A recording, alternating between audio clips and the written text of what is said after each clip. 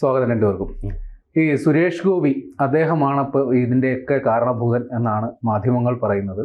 പ്രതിപക്ഷവും ആരോപണം ഉന്നയിക്കുന്നുണ്ട്. ഈ തൃശ്ശൂരിൽ വോട്ട് അട്ടിമറിച്ചു, വിജയം നേടി, BJP വിജയം പിടിച്ചെടുത്തു എന്നാണ് ആരോപണം.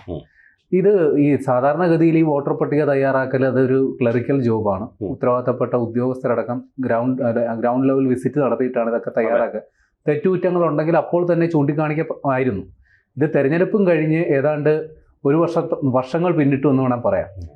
എന്നിട്ട് ഇപ്പോൾ ഈ ആരോപണം ഉന്നയിക്കുന്നതിൻ്റെ അതിൻ്റെ ധാർമ്മികത എന്താണ്? ശരിക്കും പറയുന്നത് ഇപ്പോൾ ഈ സുരേഷ് ഗോപി പക്ഷേ മാധ്യമങ്ങളെ ഹാൻഡിൽ ചെയ്യുന്നതിനകത്ത് ഒരു വ്യത്യസ്ത നിലപാട് സ്വീകരിക്കുന്നുണ്ട്. ഇപ്പം ഇന്നലെ സുരേഷ് ഗോപി വന്ദേ ഭാരതി വന്നിറങ്ങി മാധ്യമപ്രവർത്തകരെല്ലാം മൈക്കോട്ട് ചെയ്യുന്നു, ഒന്നും മിണ്ടുന്നില്ല. എന്നിട്ട് നേരെ പുള്ളി പോകുന്നത് അശ്വനി ആശുപത്രിയിലേക്ക്. കാരണം വെച്ചാൽ അവിടെയാണ് BJP CPM പ്രവർത്തകരും അടിയുണ്ടാക്കി പോയത്. അപ്പോൾ ഇയാളുടെ ഉത്തരവാദിത്തം എന്ന് പറയുന്നത് പാർട്ടി പ്രവർത്തകരെ പോയി കാണുക എന്നുള്ള പാർട്ടി ഏൽപ്പിച്ച ഉത്തരവാദിത്തം. ഒന്നാമത് കേന്ദ്രമന്ത്രി എന്ന് പറയുന്ന ഉത്തരവാദിത്തം ഉണ്ട്. അങ്ങനെയാണ് ഈ വടക്കിഴക്കൻ സംസ്ഥാനങ്ങളിൽ ചില സന്ദർശനമൊക്കെ നടത്തിയത്. അതിൻ്റെ ഫോട്ടോയൊക്കെ വന്നു. ഇപ്പം പിന്നീട് മാധ്യമങ്ങൾ വീണ്ടും ചെന്ന് ഇയാളുടെ റിയാക്ഷൻ വേണ്ടി ശ്രമിക്കുന്നു. ഒടുവിൽ സുരേഷ് ഗോപി ചോദിക്കുന്നുണ്ട്, ഇത്രയൊക്കെ കൊണ്ട് എത്തിച്ചിട്ട് മതിയായില്ലേന്ന്. പണ്ട് പ്രകോപിപ്പിച്ചാൽ അതിനുള്ളിൽ വീഴുന്ന ഒരു സുരേഷ് ഗോപിയാണ് നമ്മൾ കണ്ടത്. പക്ഷെ ഇപ്പോൾ തന്ത്രപരമായിട്ട് മീഡിയ ഹാൻഡിൽ ചെയ്യാനും പഠിക്കുന്നുണ്ട്. അപ്പോൾ സുരേഷ് ഗോപി എന്ന് പറയുന്ന ഒരാളെ കൊണ്ട് എന്തും പറയിപ്പിക്കാമെന്നുള്ളൊരു രീതി മീഡിയയ്ക്ക് ഉണ്ടായിരുന്നെങ്കിൽ അത് തകർന്നു. ഒന്ന്. രണ്ട്, ഇലക്ഷൻ കഴിഞ്ഞ് 8 മാസത്തോളമായിട്ട് ഇപ്പോഴും സുരേഷ് ഗോപി എന്ന് പറയുന്ന ഒരാൾ തൃശ്ശൂരിൽ നിന്ന് ജയിച്ചത് ആർക്കും അംഗീകരിക്കാൻ പറ്റില്ല. ഇതാണ് പഞ്ചായത്ത് തെരഞ്ഞെടുപ്പിൽ ഉപതെരഞ്ഞെടുപ്പിൽ ജയിച്ച പോലെ. ഈ വോട്ട് സംബന്ധിച്ചുള്ള ക്രമക്കേട് നോക്കിയാലും ഈ 75,000 വോട്ടൊന്നും എന്തായാലും മറിക്കാം BJPക്ക്.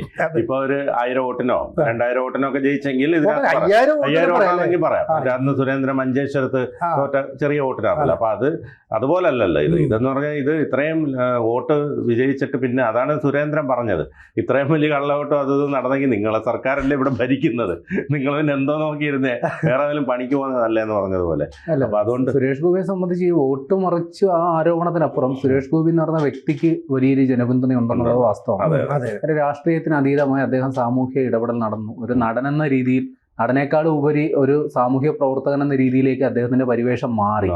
പ്രത്യേകിച്ചും ഈ ചില ഇപ്പോൾ മറ്റേ കോടീശ്വരൻ പരിപാടികളിലൊക്കെ അദ്ദേഹം നടത്തുന്ന ചില ഇടപെടലുകളൊക്കെ വലിയ രീതിയിൽ ജനസ്വീകാര്യത കിട്ടി. അപ്പോൾ പിന്നെ അദ്ദേഹത്തിന് കാര്യങ്ങൾ കുറെ കൂടി എളുപ്പമായിരുന്നു. പിന്നെ തൃശ്ശൂരിന്റെ രാഷ്ട്രീയം മാറി മറിഞ്ഞു. അവിടെ കൃത്യമായും BJPക്ക് ശക്തമായ വേരോട്ടമുള്ള ഒരു മണ്ഡലമായിട്ട് അത് മാറി.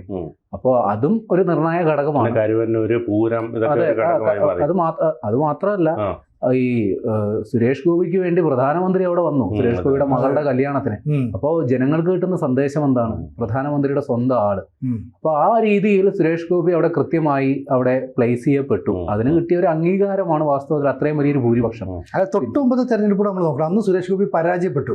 ഈ പരാജയപ്പെട്ടു പോയ സുരേഷ് ഗോപി അതുകൊണ്ട് കെട്ടും പാണ്ടെടുത്തോണ്ട് പോയില്ല, അവിടെ തന്നെ നിന്നു. അതാണ് ഇപ്പൊ പറഞ്ഞത്. അവിടെ തന്നെ ജനങ്ങളുടെ പ്രശ്നത്തിൽ ഇടപെട്ടു, സ്ത്രീകൾക്ക് വേണ്ടിയിട്ട് കുറെ കാര്യങ്ങൾ ഇടപെട്ടു, കൊച്ചു കുട്ടികളുടെ കാര്യത്തിൽ ഇടപെട്ടു. അങ്ങനെ എല്ലാ കാര്യങ്ങളും ഇടപെടുന്ന ഒരു ജനകീയനായ നേതാവ്. അയാളുടെ പിന്നിൽ എന്താ പ്രശ്നം? അയാൾ BJPക്കാരനാണ്. ഇതായിരുന്നു ഒരു നെഗറ്റീവ്. പക്ഷെ BJP എന്ന് പറയുന്ന രാഷ്ട്രീയ പാർട്ടി അംഗീകരിക്കാൻ പറ്റാത്ത ഒരു മനസ്ഥിതിയുള്ള സമൂഹമാണ് നമുക്കുള്ളത്.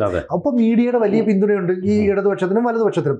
ഇവിടെ സുരേഷ് ഗോപി അവിടെ തന്നെ നിൽക്കുകയും ക്രൈസ്തവ വിഭാഗത്തിലുള്ള വോട്ടുകൾ സമാഹരിക്കുകയും ചെയ്തു. ഒപ്പം മുസ്ലിം സ്ത്രീകളുടെ ഉൾപ്പെടെ വോട്ട് സമാഹരിച്ചു. കാരണം ഭർത്താവ് പറയുന്നത് അനുസരിച്ചല്ലാതെ ഞങ്ങളുടെ ഇഷ്ടപ്രകാരം വോട്ട് ചെയ്യാമെന്ന് അവിടുത്തെ കുറച്ച് സ്ത്രീകൾ തീരുമാനിച്ചതുകൊണ്ടാണ് ഈ ഭൂരിപക്ഷം 72,000 to 75,000 വരെ വരുന്നത്. അല്ലാതെ എത്ര വോട്ട് ചേർത്താലും എത്ര അട്ടിമറിച്ചാലും ആലത്തൂരിൽ കൊണ്ട് ചേർത്താലും ഇതൊന്നും വരില്ല. അപ്പൊ സുരേഷ് ഗോപിക്ക് അവിടുത്തെ പൾസ് മനസ്സിലാക്കിക്കൊണ്ട് ഇടപെടാൻ പറ്റിയും ഇയാളൊരു നല്ല മനുഷ്യനാണെന്ന് കുറച്ചെങ്കിലും ആളുകൾക്ക് മനസ്സിലായി. എന്തിനാ CPM-നുള്ളിൽ നിന്ന് തന്നെ വോട്ട് ചോർന്നു. ഈ TN പ്രതാപൻ ഉൾപ്പെടെ അനിൽ അക്കരെ ഉൾപ്പെടെയുള്ളവർ എനിക്കെതിരെ വോട്ട് മറിച്ചു എന്ന് പറയുന്ന സ്ഥാനാർത്ഥിയായ K മുരളീധരൻ തന്നെയാണ്. അപ്പൊ അയാൾ എത്രയോ നാളത്തെ രാഷ്ട്രീയ പരിചയമുള്ള ഒരാളാണ്. അയാൾക്ക് അതിനൊരു പൾസ് മനസ്സിലായി. കാരണം എന്തിനാണ് സുനിൽകുമാറിന് വോട്ട് ചെയ്യുന്നത്, എന്തിനാണ് ഈ പറയുന്ന മുരളീധരൻ വോട്ട് ചെയ്യുന്നത്? സുരേഷ് ഗോപി കുറച്ചുകൂടെ അനുഗ്രഹങ്ങൾ അല്ലെ അയാൾക്ക് കുറച്ചുകൂടെ പ്ലസ് പോയിന്റ് ഉണ്ട്. അതാണ് ഇപ്പം പ്രേമലാൽ പറഞ്ഞതുപോലെ സുരേഷ് ഗോപിയുടെ മകളുടെ കല്യാണത്തിന് പ്രധാനമന്ത്രി വരികയാണ്. അപ്പൊ താലി എടുത്ത് കൊടുക്കുന്ന ഒരു സന്ദേശം ആലോചിച്ച് ഇയാളെ ആ സന്ദേശത്തിന് കൃത്യമായ മറുപടിയും ഈ പ്രധാനമന്ത്രി കൊടുത്തു. കാരണം എന്താ, ഒരു സഹമന്ത്രിപദം കൊടുത്തില്ലേ. അപ്പൊ ജനങ്ങൾ ഞങ്ങൾ അന്ന് വോട്ട് ചെയ്തത് നന്നായി, ഈ ഒരു ഇമേജ് സുരേഷ് ഗോപിക്കുണ്ട്. പക്ഷെ ആകെ ഒരു പ്രശ്നം, ഇയാൾ ഈ സിനിമാ താരമായതുകൊണ്ട് കുറച്ച് എന്താ പറയുന്നത് സംസാരത്തിൽ ഇതിലൊക്കെ ഒരു സിനിമാ ശൈലി വരുമായിരുന്നു. പക്ഷെ മീഡിയയുടെ നിലപാട് ഇതാണെന്നും തന്നെയാണ് പ്രകോപിപ്പിക്കുന്ന ഏൽപ്പിക്കുന്നതെന്ന് മനസ്സിലായതോടുകൂടി അദ്ദേഹം സ്വയം പിൻവാങ്ങി തുടങ്ങി. മാത്രമല്ല പ്രധാനമന്ത്രി ഏൽപ്പിക്കുന്ന ഉത്തരവാദിത്തപ്പെട്ട ചടങ്ങുണ്ട്. ഇപ്പം അറബ് രാജ്യങ്ങളിൽ നിന്നുള്ള തലവന്മാരൊക്കെ വരുമ്പോൾ സുരേഷ് ഗോപിയാണ് സ്വീകരിക്കാനായിട്ട് മോദി ഏൽപ്പിക്കുന്നത്. അപ്പൊ ഉത്തരവാദിത്തത്തോടെ ഒരു കാര്യം ഏൽപ്പിച്ചാൽ അത് ഹാൻഡിൽ ചെയ്യാൻ അദ്ദേഹത്തിന് കഴിയുമെന്ന് മാത്രമല്ല ഈ തെരഞ്ഞെടുപ്പിന് മുമ്പല്ലേ പത്മജ അവിടുന്ന് മാറി കെ മുരളീധരൻ മത്സരിക്കാൻ വരുന്നു, പക്ഷെ സഹോദരി BJP-യിൽ. അത് മാത്രമല്ല അവിടെ സുനിൽകുമാർ അവിടെ ജനകീയനാണെങ്കിലും CPI-യുടെ സ്ഥാനാർത്ഥിയാണ്. ഈ പരമ്പരാഗതമായി CPI-യുടെ കാലുവാരിയ ചരിത്രമാണ് CPM-നുള്ളത്.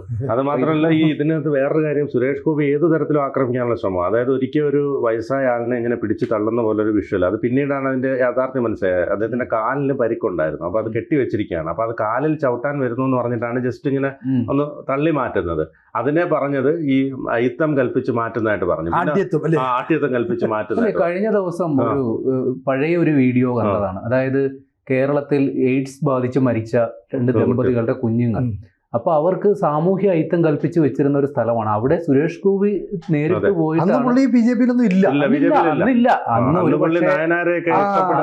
അന്നൊരു പക്ഷേ അദ്ദേഹം BJP രാഷ്ട്രീയത്തിലേക്ക് വരും, രാഷ്ട്രീയത്തിൽ വന്നാൽ തന്നെ BJP-യിൽ വരുമെന്നുള്ളത് നമുക്കൊരു ചിന്തയില്ലാത്തൊരു സമയം.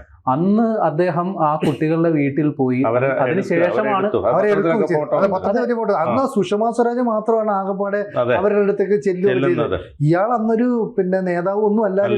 പക്ഷേ ഈ സുരേഷ് ഗോപിയുടെ ഒരു ഗുണം അതാണ്. കാരണം പല ആളുകളുടെയും വിഷമം അറിഞ്ഞാൽ, സങ്കടം അറിഞ്ഞാൽ സഹായിക്കാൻ കഴിയുന്നവരൊക്കെ സഹായിച്ചിട്ടുണ്ട്. ആ ഒരു പിന്തുണയാണ് ഇവിടെ നിൽക്കുന്നത്. അതുപോലെ തന്നെ ഈ ഇടയ്ക്ക് ഇപ്പോൾ ഈ ഒരു വിഷ്വൽ പ്രചരിപ്പിക്കാൻ നോക്കിയത് നടന്നില്ല. അതായത് എല്ലാവർക്കും ഷെയ്ക്ക് ഹാൻഡ് ഒക്കെ കൊടുത്ത് സുരേഷ് ഗോപി അവിടെ നിൽക്കുക സിനിമയുടെ പ്രചരണാർത്ഥം. അപ്പോൾ ഒരു അമ്മ വന്ന് കെട്ടിപ്പിടിച്ച് ഷെയ്ക്ക് ഹാൻഡ് ഒക്കെ കൊടുത്തു കഴിഞ്ഞിട്ട് സുരേഷ് ഗോപി പെട്ടെന്ന് വെള്ളം ആവശ്യപ്പെടുന്നു, കൈ കഴുകുന്ന ആ ചിത്രം എടുത്തിട്ട് ഈ പ്രായമായ അമ്മ വന്നപ്പോൾ ഇങ്ങനെ കൈ കഴുകുന്നു, ഇയാൾ എന്ത് സ്വഭാവമാണ്. അത് പിന്നീടാണ് അതിൻ്റെ യാഥാർത്ഥ്യം മനസ്സിലായത്. ഈ ഇത്രയും പേരുടെ കൈ കൊടുത്തതിന് ശേഷം അടുത്ത ചടങ്ങ് എന്ന് പറഞ്ഞാൽ കേക്ക് മുറിക്കലാണ്. സ്വാഭാവികമായിട്ട് ഈ കേക്ക് മുറിക്കുമ്പോൾ അതിൻ്റെ കഷ്ണം കയ്യിലെടുത്ത് മറ്റുള്ളവർക്ക് കഴിക്കാൻ കൊടുക്കണമല്ലോ. അതിൻ്റെ ഭാഗമായിട്ടാണ് അദ്ദേഹം കൈ കഴുകിയത്. അതിനെ ഈ ഒരു തരത്തിൽ വ്യാഖ്യാനിച്ചുകൊണ്ട് ഈ സമൂഹ മാധ്യമങ്ങളിൽ സുരേഷ് ഗോപി ഇങ്ങനൊരു സ്വഭാവമാണ് എന്ന രീതിയിൽ ഒരു ഇത് നടക്കുന്നുണ്ട്. പിന്നെ ഏതോ ഒരു ഗർഭിണിയുടെ വയറ് തൊട്ട് അങ്ങനെ വന്നതും വലിയ വിവാദങ്ങളുടെ ഒരു തോഴനായിട്ട് മാറിയ സുരേഷ് ഗോപി ഇപ്പൊ മീഡിയ കൃത്യമായിട്ട് ഹാൻഡിൽ ചെയ്യുന്നു. കാരണം നന്ദിന്നൊക്കെ പറഞ്ഞിട്ട് നമുക്കറിയാം, പ്രധാനമന്ത്രിയായിട്ട് നരേന്ദ്രമോദി വന്നതിന് ശേഷമാണ് വിദേശ രാജ്യങ്ങളിലേക്ക് പര്യടനത്തിന് പോകുമ്പോൾ പത്രപ്രവർത്തകരെ കൊണ്ടുപോകുന്ന ആ പതിവ് ഉപേക്ഷിച്ചത്. നമുക്കറിയാലോ, മൻമോഹൻ സിംഗിന്റെ കാലം വരെയും ഈ വിദേശ രാജ്യങ്ങൾ പര്യടനം നടത്തുമ്പോൾ അക്രഡിറ്റഡ് ജേർണലിസ്റ്റുകളെ കൊണ്ടുപോകുന്നൊരു സംഭവം. പോകുന്നവർക്ക് മദ്യം കിട്ടും, ഒരു എല്ലാ സൗകര്യവും കിട്ടും. നരേന്ദ്രമോദി ചോദിക്കുന്നുണ്ട് എന്തിനാണ് നമ്മൾ കൊണ്ടുപോകുന്നത്? കാരണം സർക്കാരിന്റെ പൈസ, ജനങ്ങളുടെ നികുതി അത് കൊണ്ടുപോകുന്നില്ല. അപ്പൊ അത്തരം കാര്യങ്ങളിലൊന്നും കൊണ്ടുപോകുന്നില്ല. മീഡിയ നരേന്ദ്രമോദി ഹാൻഡിൽ ചെയ്ത് കണ്ടിട്ടുണ്ട്. ആവശ്യമുണ്ടെങ്കിൽ മാത്രമേ സംസാരിക്കുള്ളൂ, അല്ലെങ്കിൽ സംസാരിക്കില്ല എന്ന് പറയുന്നല്ലോ. സുരേഷ് ഗോപി ഇതൊക്കെ കണ്ടുപഠിച്ചോ, ഇങ്ങനെയാണ് ഹാൻഡിൽ ചെയ്യേണ്ടത്. അപ്പോൾ സുരേഷ് ഗോപിക്കെതിരെ ഇത്രയും ആരോപണം. ഇപ്പം ഇരട്ട വോട്ട് മാറിയിട്ട് ഇപ്പൊ ഈ തിരിച്ചറിയൽക്കാർ 2 എണ്ണം വന്നു എന്ന് പറഞ്ഞിട്ട് പുതിയ വിവാദം. അപ്പൊ അതിനെയൊക്കെ ഒരു വലിയ മെയ്വഴക്കത്തോടെ നേരിട്ട് മുന്നോട്ട് പോകുന്ന നമുക്ക് പ്രതീക്ഷിക്കാമായിരിക്കും, അല്ലേ പറയാൻ പറ്റുള്ളൂ. കൂടുതൽ വാർത്തകളും വിശേഷങ്ങളും നിങ്ങളിലേക്ക് എത്താൻ ABC മലയാളം സബ്സ്ക്രൈബ് ചെയ്യുക, ബെൽ ബട്ടണും അമർത്തുക.